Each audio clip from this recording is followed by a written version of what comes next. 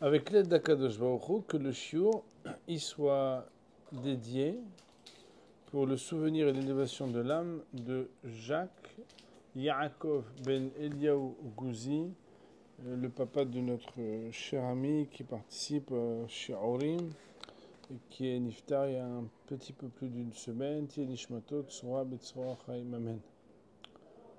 Klal hadevarim. הכבוד הוא מן המכשלות היותר גדולים מאשר לאדם. Le principe, il est que la recherche d'honneur est l'embûche la plus grande pour l'homme. ואי אפשר לא להיות עבד נאמן לקונו כל זמן שהוא חס על כבוד עצמו, et il ne pourra pas, il sera impossible pour lui d'être un serviteur fidèle à son créateur tant qu'il a un peu trop de considération pour son propre kavod. כי על כל פנים יצטרך למעט בכבוד שמיים מפני סכלותו, car quoi qu'il advienne, si c'est ça qu'il veut préserver son kavod personnel, il devra diminuer le kavod shamaim à cause de sa sottise. זהו מה שאמר דוד המלך עליו השלום. C'est ce que David המלך עליו השלום avait dit. ונקלותי עוד מזאת והייתי שפל בעיניי. J'accepterai même de me mettre encore moins en kavod, à me considérer encore moins important à mes propres yeux. Alors, je pense qu'il est important que nous commentions ce texte. Ce texte-là, Boker Tov, bienvenue, c'est un grand plaisir de nous voir à nouveau en présence, tous. La Mishnah dans Pirkei Avot nous dit Kol ma shebara Akadosh Baruch Hu be'olamo lo bera'o lichvodo. Tout ce qu'Akadosh Baruch Hu il a créé dans son monde, il ne l'a créé que lichvodo. Lichvodo, ça veut dire pour son honneur. Autrement dit, le monde est là pour le kavod shamayim. Et à ce point que nos hachamim vont nous dire toutes les choses dans la création, on peut chercher, interroger, trouver comment ils sont là pour scander l'honneur divin. Et il faut savoir, que si le bien a été créé pour le bien, nous savons bien que même le mal a été créé pour le tov. Et des fois, l'éradication et la destruction du mal donnent la vraie vocation pour laquelle le mal a été créé, qui est de participer de sa manière à lui au kvod shamayim, à l'honneur divin. Comment ? Si le mal fait teshuva, alors il participe au kvod shamayim par le fait qu'il a fait teshuva. Et si le mal ne fait pas teshuva, le kavod shamayim, c'est quand par exemple il est détruit. Vous comprenez que lorsqu'une guerre fait tomber, ou en tout cas très fragiliser des empires qui menacent le peuple d'Israël, et qu'Akadosh Baruch Hu il donne une grande siyata d'Ishmael, une grande aide pour les frapper et les affaiblir, et Be'ezrat Hashem Bekarov les détruire, c'est kavod shamayim. Si par contre, pour une raison ou pour une autre, ces messieurs font teshuva et ils commencent à faire Mila vegerut et qu'ils donnent shiur de Dafayomi, moi-même j'écouterai son shiur, vous comprenez, puisque ce sera quelque chose qui sera un plus grand que votre shamaï. Il en va de même pour nous. À l'intérieur de nous-mêmes, il faut qu'on soit conscient que la raison pour laquelle on existe, c'est pour le kavod shamaï. Et ici, le Rav, il met en opposition mon kavod personnel et le kavod shamaï. Vous savez, dans la vie, quand il y a une seule place à la table d'honneur et qu'il y a deux personnes qui doivent s'asseoir, et que le premier dit allez-y, allez-y, le deuxième dit mais non, bechavod. Et le premier dit non, bechavod, vous êtes mais non, mais vous rigolez ou quoi? Et qu'on le veuille ou non, il n'y a qu'une place. C'est comme dans les chaises musicales. On chante. il y a n-1 nombre de chaises par rapport à n qui est le nombre de participants au jeu. Et le problème, il est que quand on arrête de chanter, tous les enfants essayent de s'asseoir, mais il y a une personne qui ne s'assiera pas. Et en fait, le Rav, il nous dit ici, quand c'est soit ton kavod à toi, soit c'est le kavod shamaim, il faut être capable de te demander si c'est moi ou HaKadosh Baruch Hu, qui passe avant dans le kavod. Et il nous dit, le Mesilat Yesharim, on ne peut pas faire partie du projet du kavod shamaim si on pense à notre kavod à nous. Ça ne veut pas dire, chas v'shalom, qu'on doit se déshonorer. Mais ça veut dire, Moraï Verabotay, qu'il faut être capable de prendre sur soi même des choses qui semblent nous mettre un peu en défaut de notre honneur. Je ne sais pas si vous savez, il y a des grands hommes d'affaires qui, pendant le Homer, ils essayent de ne pas se raser. Ou bien, il y a des gens que ils sont de plus en plus dans la Torah et les mitzvot, et ils commencent à mettre une kippa, ou ils commencent à mettre des tzitzit, ou bien ils s'arrangent pour plus faire la bise. Et dans le monde du travail, c'est un peu... Je m'excuse de dire ça. C'est un peu honteux. Pourquoi c'est un peu honteux? Personne, tu dis... d'habitude, t'es rasé de près. Bon, il y a un style. Rasé à ras, mais pas totalement. C'est un style. Ça veut dire c'est un beau gosse, quoi. En général, il faut que ce soit uniforme avec les cheveux et tout. Mais il y a des fois où tu dis, attends, le gars, il se néglige quand même. Okay? Le monde dans lequel on vit est un monde où le kavod est indispensable. Seulement, le kavod de qui? Et le Rav, il nous dit ici, c'est soit ton kavod à toi, soit le kavod shamaim. Ça ne veut pas dire que tu n'en auras pas, mais ta priorité, c'est quoi? Vous avez dû entendre parler de l'histoire de David avec le Aron HaKodesh. Le Aron HaKodesh, il était à l'extérieur du camp d'Israël. Et ils ont réussi à le ramener. Et voilà que Vayaviu et Aaron Hashem veyatzigu oto b'makomo betoch ha'oel asher natan lo David. David Amelech, il a préparé le Aaron Kodesh pour pouvoir remettre un oel, une tente, pour pouvoir mettre le Aaron Kodesh dedans. Et voilà que quand le Aaron vient, c'était un peu comme une achnasat Sefer Torah. Il y a marqué là-bas, hein, ils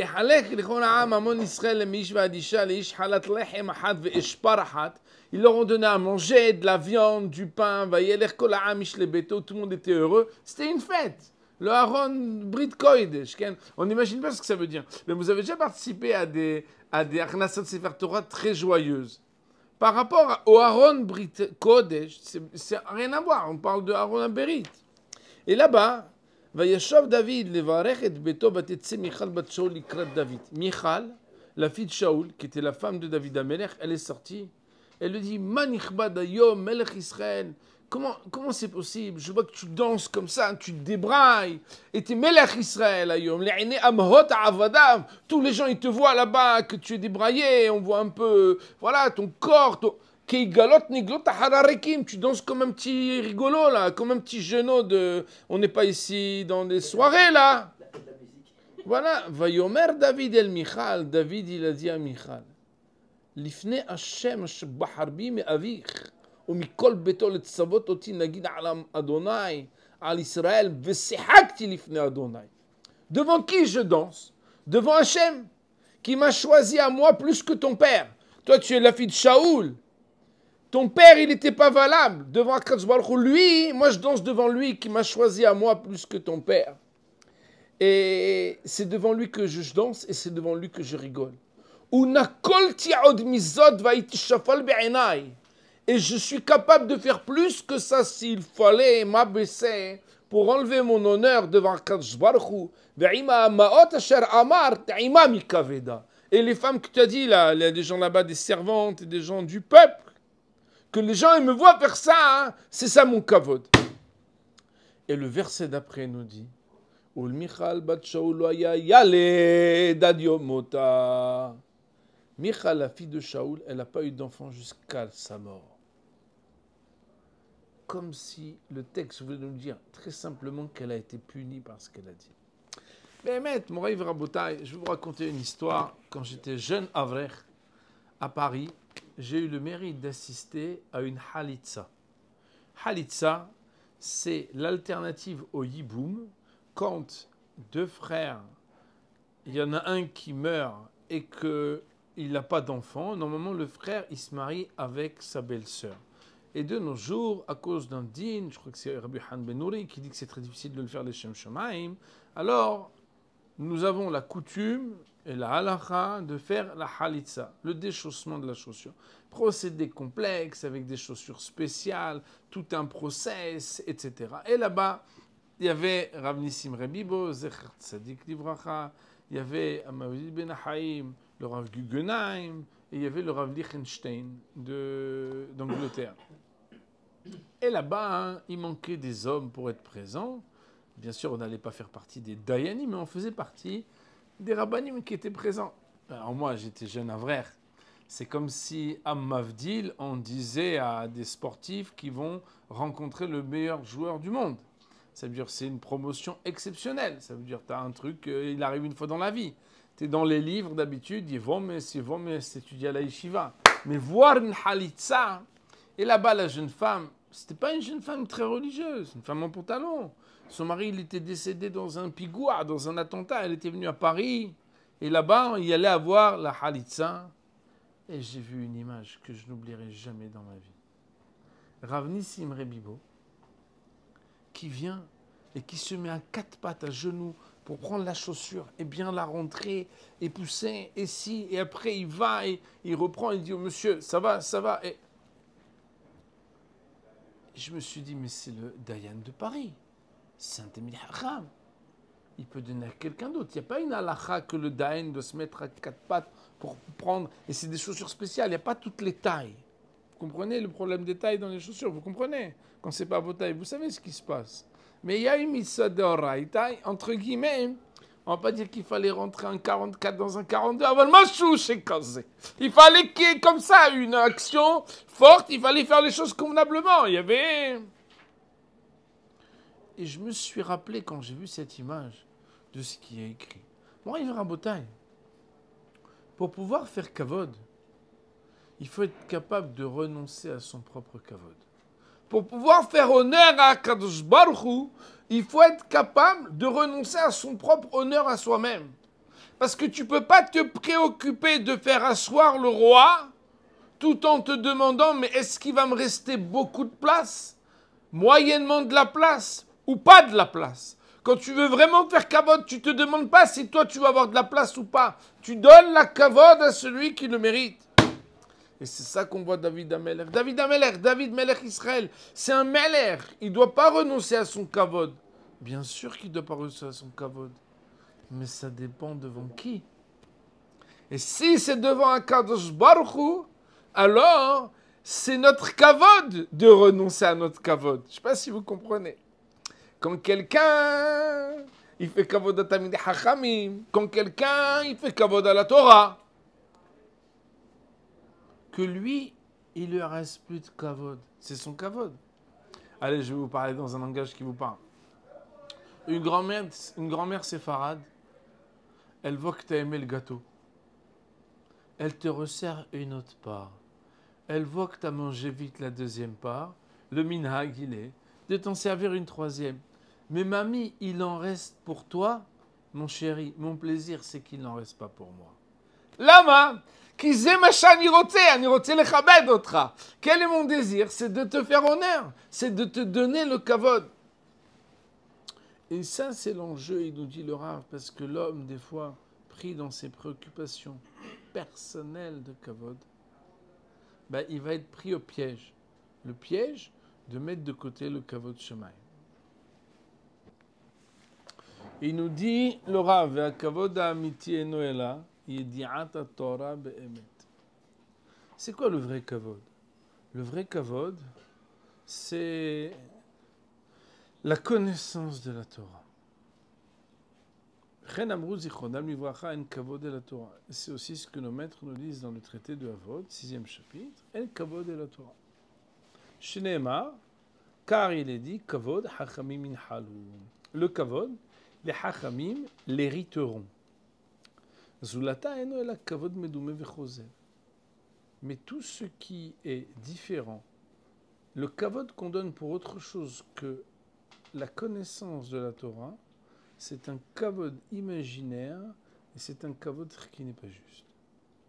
Hevel ve'en mo'il, futile et qui n'a aucun intérêt.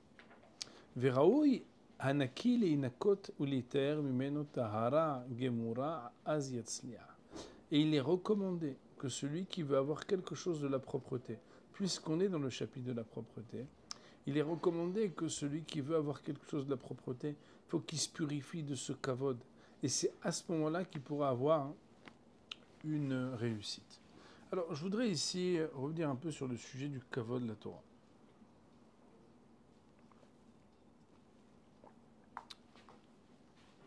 Il y a des choses que vous connaissez et il y a des choses que vous connaissez moins.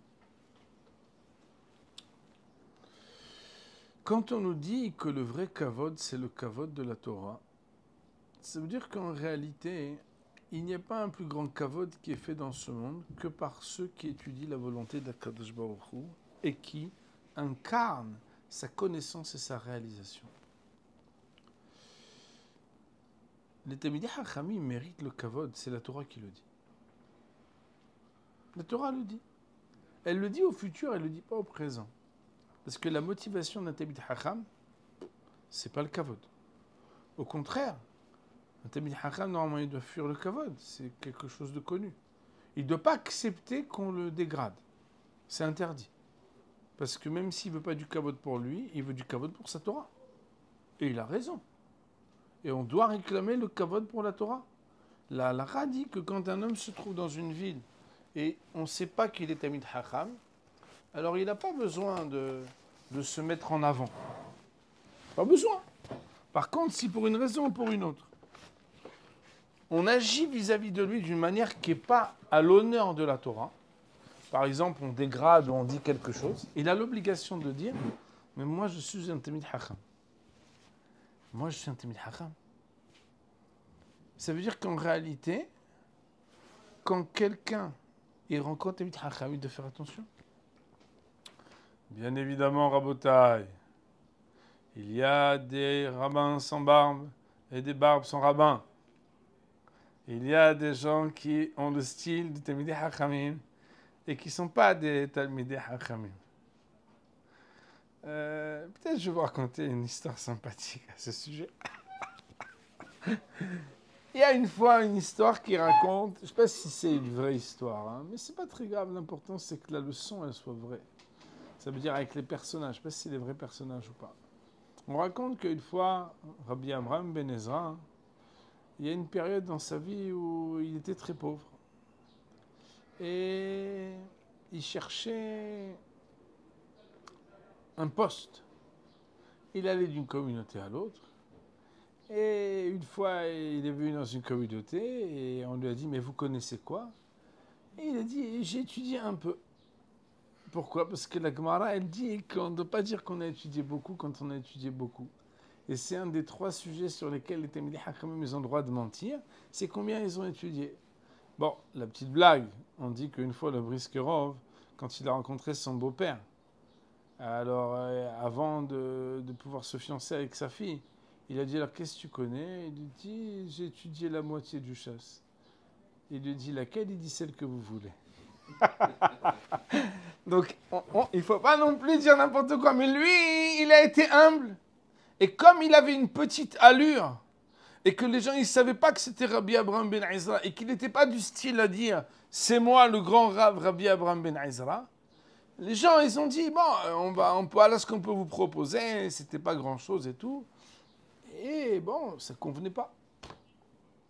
Voilà que cette même semaine, dans la ville, arrive un homme d'une prestance, d'une allure, d'un charisme, une grande barbe, un beau chapeau, une belle veste, une barbe, un sourire. Et tu vois le gars, tu dis, tu dis alors là, tu chantes déjà, ma kore pour Givalez et Amitrochem. Et ce monsieur-là, il arrive, et il dit, voilà, il dit, qui vous êtes? Il dit, je suis Rabbi Avraham Ibn Ezra. Oh, alors là, tout le monde dit. Et à côté, Rabbi Avraham Ibn Ezra, il se dit, mais celui-là, c'est un vrai imposteur. Comment il peut raconter que c'est moi? Et il vient et il dit, voilà. Et il vient, comme lui, il a reconnu Rabbi Avraham Ibn Ezra, et il dit, vous allez dire que vous êtes mon shamash, et on va faire moitié-moitié de la parnassa. Et il dit, quoi? Et il dit, oui, vous avez besoin de la parnassa, regardez comment ça marche. Et c'est comme ça que ils ont dit, Kvod Harav arrive dans notre ville, on va lui donner un poste, bien évidemment. Les conditions sont de toute façon acceptées, il n'y a même pas de she'ela, etc. Il dit, mais Kvod Harav, que le Rav nous dise quelques mots. Et le Rav qui dit, écoutez, il dit, c'est toi qui vas parler, parce que tu vas dire que le Rav il est fatigué, c'est le shamash qui va dire un mot. Et il dit, écoutez, je me sens un peu fatigué, mais pour cette fois, on va laisser le shamash parler. Et Rabbi Avraham Ben Ezra, le vrai, il commence à parler, et les gens, Rabbi Avraham, bon, c'était avant Rabbi Avraham, ils disent, aïe, si déjà le shamash, il est comme ça, on a fait l'affaire du siècle, on a ramené un Tamid Hacham, ouais. Il leur donne un appartement, et là-bas, le vrai Rav, il dit à l'autre, il dit, qu'est-ce qui t'arrive? Il dit, Kvod Harav, qu'est-ce que ça change pour vous? Vous avez la parnassa, et moi aussi, et voilà, moi je joue mon rôle. Et le Rav dit, de toute façon, il s'en fiche, lui, d'avoir les honneurs, il veut juste avoir une parnassa, continue d'étudier. Et il dit, mais attends, Kvod Harav, il va falloir que tu m'aides, parce que les gens ils vont venir poser des she'elot de halakha, ils vont venir me voir à moi. Et il lui dit, moi je suis là. Quand les gens te posent des questions, tu dis que tu dois réfléchir, tu viens me voir et tu me poses des questions. Et c'est comme ça qu'Achaya Ma'aseh, le shamash, il était toujours avec le Rav en train de l'accompagner partout. Vous savez comment ça se passe? Il y a des rabbanim, ils ne sont jamais seuls. À part aux toilettes, normalement ils sont seuls. Tout le reste du temps, il y a quelqu'un avec eux. Et même devant et après, partout où ils sont,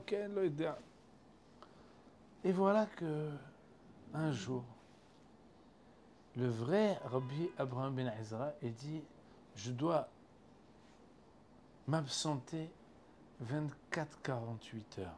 Ah non. Je viens avec toi. Non, je ne peux pas. J'ai ma soeur qui est malade. Je dois aller la voir. C'est un voyage que je ferai seul. Je vais m'absenter. Peut-être je vais essayer de venir après 24 heures. Il dit, mais comment je vais faire? Les gens ils vont poser des questions, je ne sais pas répondre. Il dit, je vais t'apprendre. Il y a 3 questions clés que les gens y posent. Première question, c'est pour savoir la cacheroute des poumons. Quand il y a des animaux comme ça, on fait la shahita, on veut voir si c'est une bête qu'elle était tréfa ou pas. Alors quand c'est comme ça, c'est simple, tu leur dis que tu prends le poumon, tu le mets dans la baignoire, là-bas dans l'eau, et si tu bois, tu bouches, et si tu vois qu'il y a de l'eau qui sort, ça veut dire qu'il y a un trou, c'est tarif. Après, ça fait très longtemps que je n'ai pas raconté cette histoire, hein. Ça doit faire 9 ans que je n'ai pas raconté cette histoire. La deuxième histoire, c'est que des fois, il y a des problèmes de shlom bayit. Alors, quand c'est comme ça, hein, tu dis que qu'ils essayent chacun d'être à l'écoute de l'autre, ils reviennent dans 24 heures. Et en général, au bout de 24 heures déjà, les gens, ils calment leur colère. Et c'était quoi la troisième halakha? Je ne me rappelle pas la troisième halakha. Et voilà que il essaie de lui faire répéter, et l'autre, il a une belle allure, mais il ne comprend rien. Il n'arrivait pas à répéter même 3 halakhot. Et il lui fait répéter 1 fois, 2 fois, 3 fois. Il lui dit, tu commences à... Et tu répètes, jusqu'à que ça rentre. Et il dit, ah oui, bon, je pense que c'est bon. Et voilà que le vrai Ravi s'en va et l'autre il reste. et on vient lui poser des questions de halakha, exactement comme le Rav il avait dit. On vient lui poser, mais dans quel ordre on lui a posé la question? On lui a dit, voilà, on a un problème de shlom bayit. Et le bonhomme, il a dit... Non, alors d'abord, on lui a posé la question du poumon, et il a dit, il faut attendre 24 heures et ça va aller. Et juste après, il y a un shlom bayit, il dit, il faut dire que la femme, elle est dans la baignoire, et si elle respire trop, ça veut dire qu'il y a des problèmes. Et les gens, ils ont commencé à parler dans la ville. Qu'est-ce que ces minhagim bizarres, verroulés. Et du coup, il a eu un flux de questions pour vérifier. Et ils se sont dit, c'est quand même bizarre. Et quand ils ont demandé où est-ce qu'il est le shamash, comme par hasard, ils ont découvert que le shamash n'était pas là. Et voilà que Rabbi Avraham Ben Ezra, il revient. Et quand il arrive dans la ville, les gens ils chantent. Et il commence à chanter et dire Kvod Harav, on a découvert. Il dit qu'est-ce que vous avez découvert? Le Rav, non, on a découvert. Qu'est-ce que vous avez découvert? Il dit écoutez, on a eu un problème de kashrut, un problème de shlom bayit, un problème de chot shabbat. On a compris très très vite l'histoire et on déduit que c'était pas lui le vrai Tamid Hacham. Bon, Rav Rabotai, cette histoire, elle fait rigoler. Qu'elle soit vraie ou pas, on s'en fiche. Le plus important, c'est de savoir que dans la vie, le vrai kavod, c'est kavod Torah. La Gemara, elle dit dans Masechet Yevamot, on m'a connu, les Talmidei Rabbi Akiva, que là-bas, tout le monde sait qu'il y avait là-bas 12 000 couples d'élèves qui étaient de Gabat d'Antiparas. Kulam metu beperek echad mipnei shelo naagu kavod ze baze. C'est parce qu'ils n'avaient pas suffisamment de kavod l'un pour l'autre qu'ils ont quitté ce monde. Tous pendant la même période. Et le monde, il était désert de Torah. Jusqu'à que Rabbi Akiva, ils sont venus enseigner aux élèves du Sud, etc. Vous connaissez cette histoire. Le Maharsha, sur cette Gemara, il dit, mais c'est quoi cette histoire de l'onagu kavod zebazé? Il dit, ils n'ont pas été méticuleux du kavod de la Torah de leur ami. De là, on apprend qu'ils avaient le kavod de la Torah de eux-mêmes, mais pas kavod de la Torah de ton ami. Et là, je vais vous apprendre quelque chose de très important. Si la raison pour laquelle tu étudies la Torah, c'est pour le kavod d'Hachem, tu es obligé de donner du kavod à tout celui qui étudie la Torah. Qui pense comme toi, qui ne pense pas comme toi, qui disent la Torah avec un accent ashkenaz, séfarade ou autre, qui soit hassid ou qui soit n'importe quoi, ça ne change rien. Pourquoi? Parce que lui aussi, il œuvre pour le kavod de Akadosh Baruch Hu. Et si pour une raison ou pour une autre, tu as kavod pour ta Torah, tu as kavod pour certaines Torah, mais tu n'as pas kavod pour toute la Torah, ça veut dire que tu n'as pas un vrai kavod pour la Torah. Parce que si tu as un kavod pour la Torah, et que la Torah c'est le moyen de faire kavod de Hachem, mais en définitive ce monsieur, il est assis, il étudie la Torah. Il y a un texte qui est très difficile pour moi, et peut-être pour vous aussi, et peut-être pour toutes les personnes qui étudient la Torah, dans le Hafetz Haim.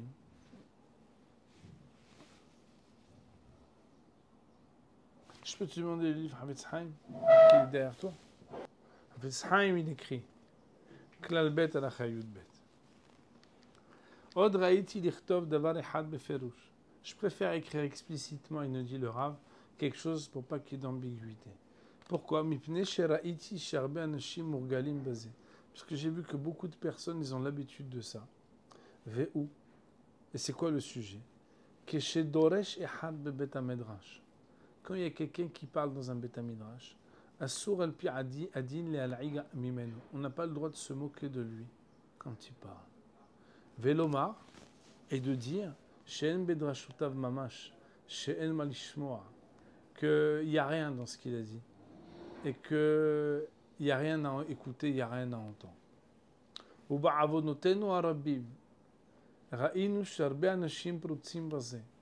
Et par nos grandes fautes, il faut savoir qu'on voit qu'il y a beaucoup de gens qui ne font pas attention à ça. Ils vont se dire quel issour. Mais il n'a pas préparé, mais il ne connaît pas, mais il n'est pas tabid haram, mais il ne sait pas. Et si je vous l'explique tellement bien, c'est parce que quand tu étudies, tu as la sensibilité musicale.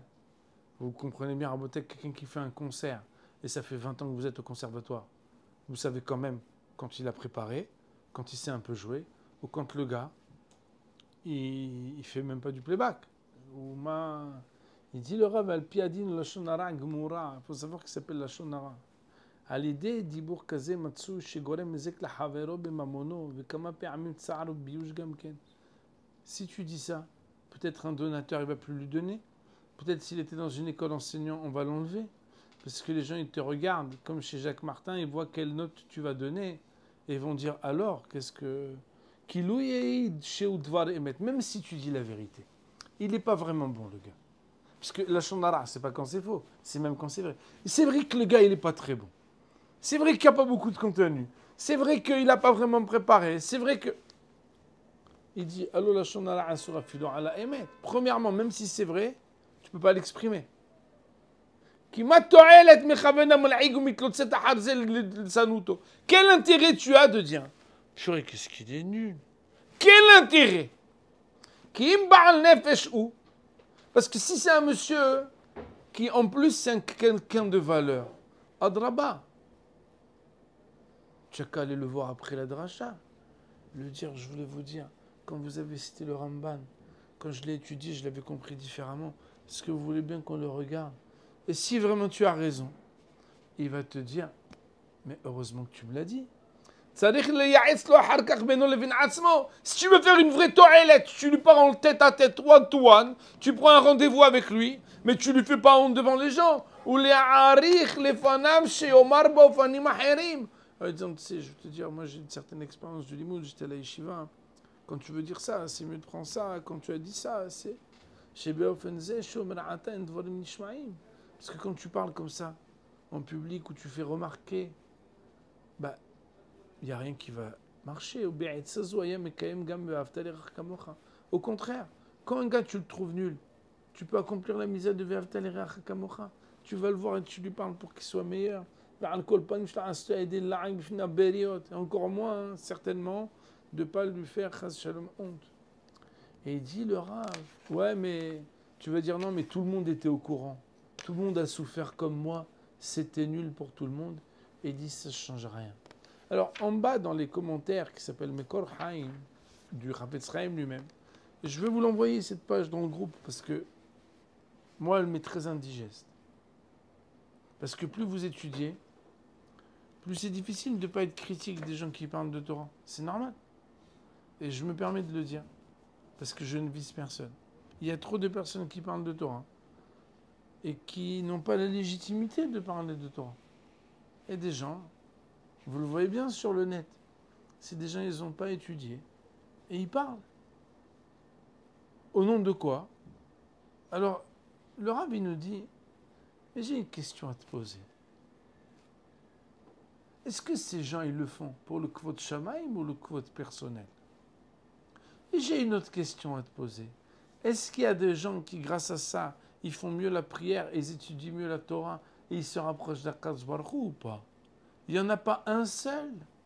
Et vous voyez bien, Rabotai, et je vous le dis, mon expérience de Rav me le montre, qu'il y a beaucoup de gens qui apprécient énormément la Torah grâce à des cours de personnes qui ne sont pas formellement et formidablement brillants.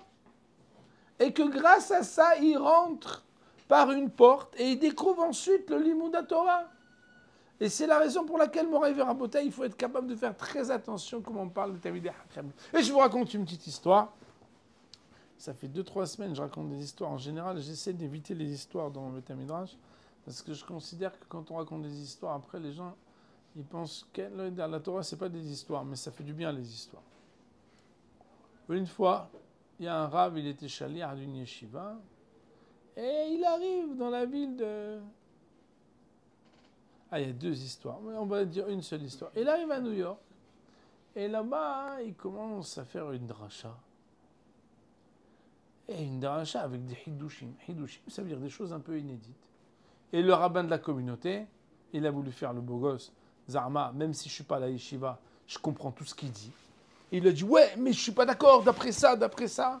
Et ce rave-là, il a dû baisser la tête, et tout le monde a vu, soi-disant, que il ne comprend pas bien, et qu'il a parlé, mais en fait, il est venu ramasser des sous, mais regarde, le petit rabbin de communauté, qui n'habite pas en Eretz Israël, qu'il a dû faire peut-être un an de yeshiva et encore. Bon, alors c'est vrai, il a un nom connu, mais Tachles, il est venu, il a démonté en quelques minutes ce qu'il a dit lui. Et le soir même, ce rabbin, en regardant un peu les références, il se rend compte qu'il a dit n'importe quoi quand il a posé les questions à ce rav devant toute la communauté. Alors il a dit, Kvod Harav, quand je t'ai posé la question sur la Gemara dans Bavakama, tu sais, je l'ai regardé. Et le rav dit, oui, je sais. Quoi, tu sais quoi? C'était pas une question. Parce que, et il dit, alors tu le savais? Tu m'as pas répondu. Et il dit, bah oui. Et il dit, pourquoi? Il dit, ben moi, je viens une fois par an. Je viens pour ramasser des fonds.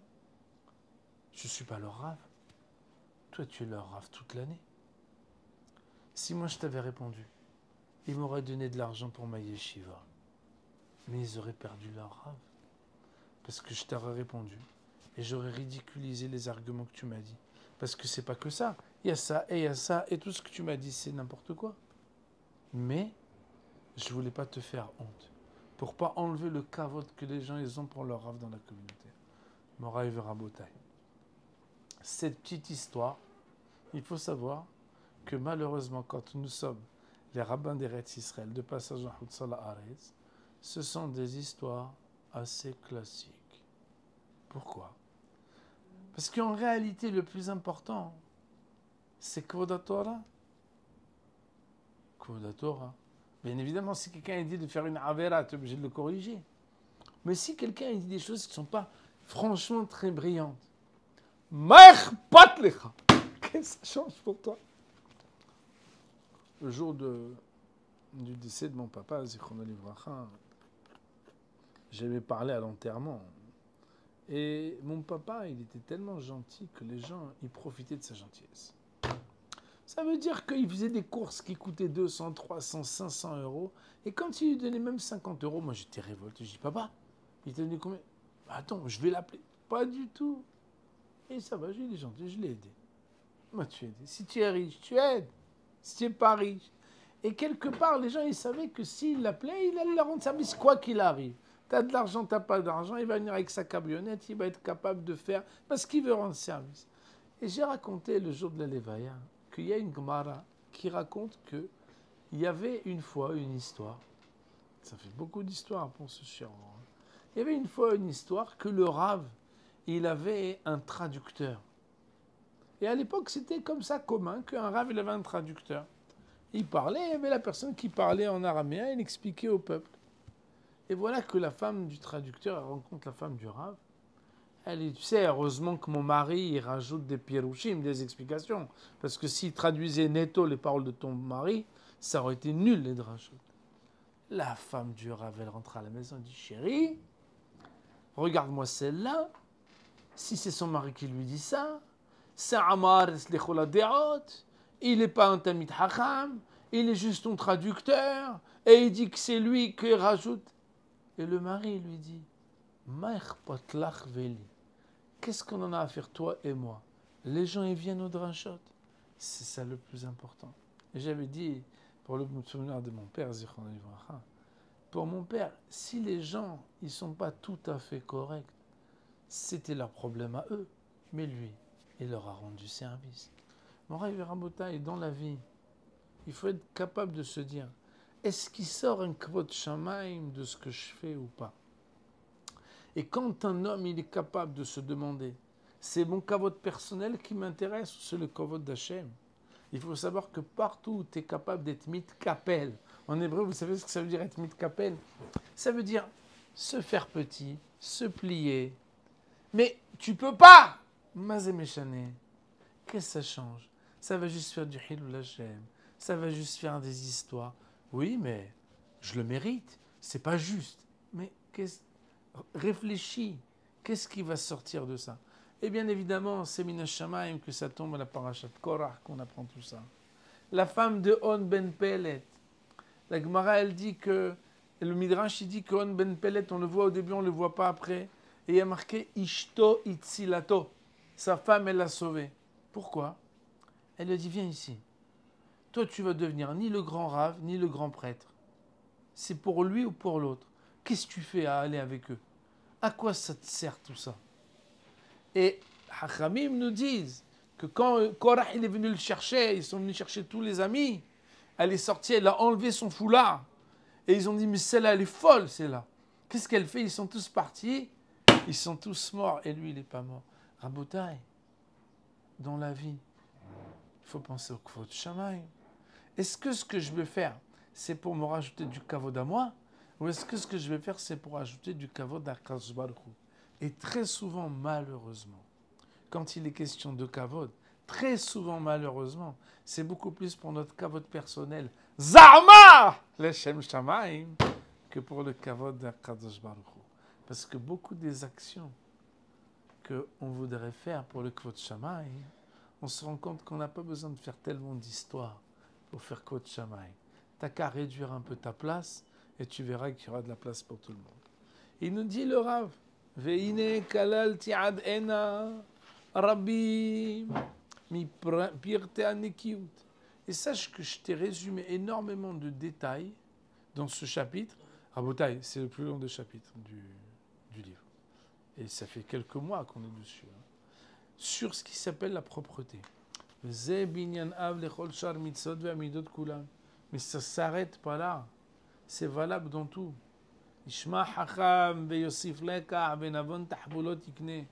Et quand quelqu'un il entend quelque chose de juste, s'il a un peu de jugeote, il apprend le principe et il applique dans tout. C'est que chaque chose où tu penses que tu es au top, vérifie si tu es au top extérieurement ou même intérieurement. Un homme, il doit être top même intérieurement. Il doit faire en sorte de se corriger même dans ce qu'on ne voit pas.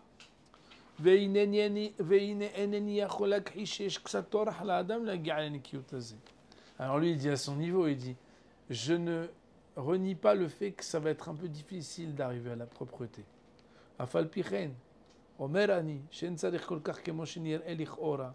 Et néanmoins, il faut savoir qu'il n'en faut pas tant qu'on imagine. Quand tu réfléchis au projet de changer, c'est toujours plus dur que si tu es dans l'action d'essayer d'opérer des petits changements.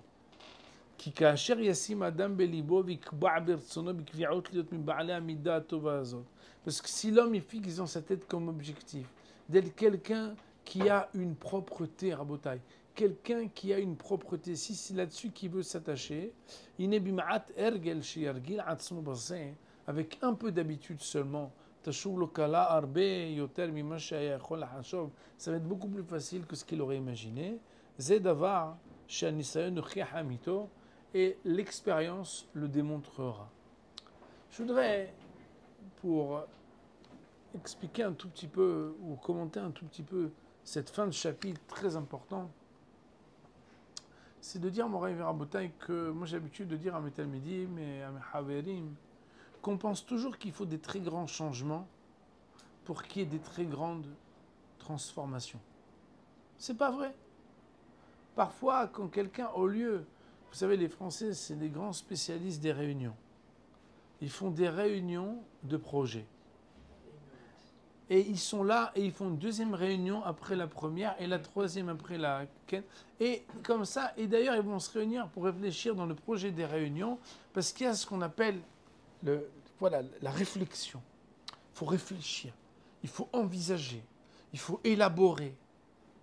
Il nous dit, le Rav, pendant que certains parlent longtemps, celui qui a commencé à agir, il a déjà pris des grandes longueurs d'avance sur celui qui continue de réfléchir. Et c'est la raison pour laquelle on arrive à Rabotai, pour pouvoir opérer des changements dans l'année Kiyut. on a parlé de tellement de sujets dans l'année qui il ne faut pas être un homme de réflexion. Il faut être un homme de réflexion qui se met dans l'action. Ça veut dire qu'il faut avoir quelque chose qui fait, allez, je veux changer. Alors comme je veux changer, alors il va falloir faire quelque chose. Mon Rav, le Rav Broide, il nous dit que une fois, on raconte qu'une fois, il y a une dame et un mari, ils sont venus chez un Rav en Amérique pour du Shlom Bayit. Et alors, à la fin de la séance, le Rav lui dit, cher monsieur, je vous demande 3 choses pour la semaine prochaine, ceci, cela, cela. Et il dit, entendu, Kvod Rav. Et il dit à la femme, et vous, madame, je vais vous dire, il y a 3 choses importantes, il faut dire ceci, faire cela. Là. Et il dit, je vais essayer. Et il dit, très mauvaise réponse. Et il dit, pourquoi? Et il dit, ben voilà, vous voyez ce stylo. Essayez de le lever. La femme me dit, ma baya, quel problème? Elle le prend, elle le dit, elle dit, non, j'ai dit d'essayer. Alors elle le regarde, il dit, je dis d'essayer. Elle dit, vous voyez le problème? Bon, il verra Botaï dans la vie. Il faut arrêter de projeter de devenir quelqu'un de bien. Il faut commencer à devenir quelqu'un de bien. Une fois, quelqu'un il a voulu commencer à réussir dans son travail. Alors quelqu'un qui était un peu le mentor comme ça, et il lui a dit, tu sais comment on fait pour réussir? Il faut déjà commencer à réussir. Commence à réussir et la suite ne deviendra que meilleure. Comment c'est possible? Être capable de commencer à réaliser dans ses actions ce qu'on voudrait devenir dans sa tête. Et Moraï Varabotai, regardez autour de vous. Les gens entreprenants, c'est des gens qui réussissent. Ce qu'on appelle dans la Torah un Shema'aseh, des hommes d'action. C'est la raison pour laquelle le Rabbi nous dit, l'année Kiyut, ça a l'air très dur comme ça. C'est dur si tu réfléchis trop. Mais si tu commences à agir, tu vas voir qu'il y aura des grands changements. Seulement, il faut fixer des ergelim. Des ergelim, ça veut dire des bonnes habitudes. Changer les habitudes en essayant plusieurs fois de garder une certaine régularité. Et en France, vous savez qu'on a le mauvais penchant de dire « quand je me sentirai prêt, je le ferai ». Bliné d'air, quand je me sentirai prêt, moi j'aime bien faire les choses bien. Moi je suis quelqu'un d'entier. Moi je suis quelqu'un d'engagé. Quand je dis oui, je dis oui. Quand je dis non, je dis non. Dès que je le sentirai, je le ferai. Rabotai, la plupart des gens qui disent ça, la seule chose qu'ils font de bien, c'est de le dire. Alors qu'en réalité, quand tu dis « Blinéder, je viens cette semaine. Blinéder, je commence aujourd'hui. Pour une première fois et on verra. » Finalement, tu dis finalement, c'est pas la mort quand même. C'est pas la mort. Et rappelez-vous, les premières fois que les gens que vous connaissez ou que vous-même vous avez fait un Shabbat, la première fois que vous êtes venu à un shiur, vous vous êtes dit, mais attends, mais ils sont fous les gars. Moi je travaille, moi. Moi je suis occupé, moi. Moi je suis médecin, moi je suis dentiste, moi je suis homme d'affaires, moi je suis... Vous savez, Azma. Alors quoi? Mais ils sont fous. C'est des gens qui ont des millions de côté. Mais en réalité, c'est pas vrai. Parce que chaque fois, on voit les choses comme des montagnes, jusqu'à ce qu'on comprenne que même quand il y a une montagne, il n'y a personne qui arrive en hélicoptère sur une montagne. Enfin, ça doit être très très rare. Tu montes un pas, et un deuxième pas, et un troisième pas. Si tu regardes trop longtemps la montagne, il fait déjà nuit, et tu n'as pas commencé à monter. Il faut être capable, Rabotaï, d'être dans l'action. On va dire pour aujourd'hui, Baruch Hanei Le'olam, Amen ve Amen.